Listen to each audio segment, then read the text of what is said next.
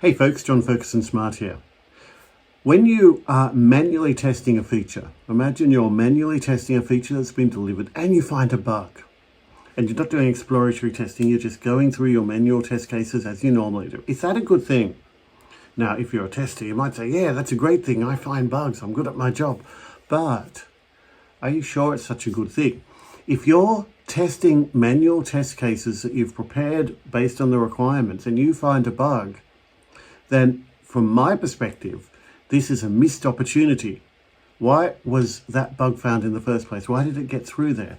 So what I would do is I would try and understand that and see, had we had a conversation earlier, had we tried to articulate those requirements earlier on, had we tried to automate those requirements as executable specifications, would we have been able to avoid that bug? I mean, there are certain bugs that would be hard to pick up.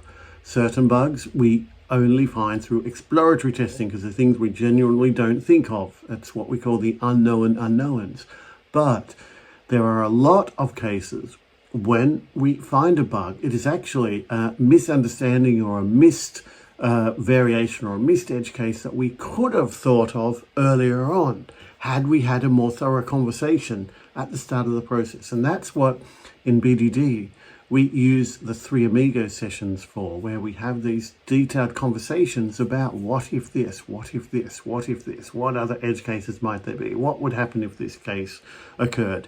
And then we write those down as formal acceptance criteria that we can potentially turn into an executable form. And that, I find, gives us a much higher coverage and much less probability of finding bugs afterwards, because there won't be any bugs. We're preventing the bugs right from the start. And that is a really great way, a very simple way of streamlining your development process. Just have the conversation beforehand, but go into a bit more depth. Don't just rubber stamp the requirement. Go into depth. Come up with the acceptance criteria together with the other team members. Don't just write test cases by yourself. So that's my tip for today. Thanks for listening, folks.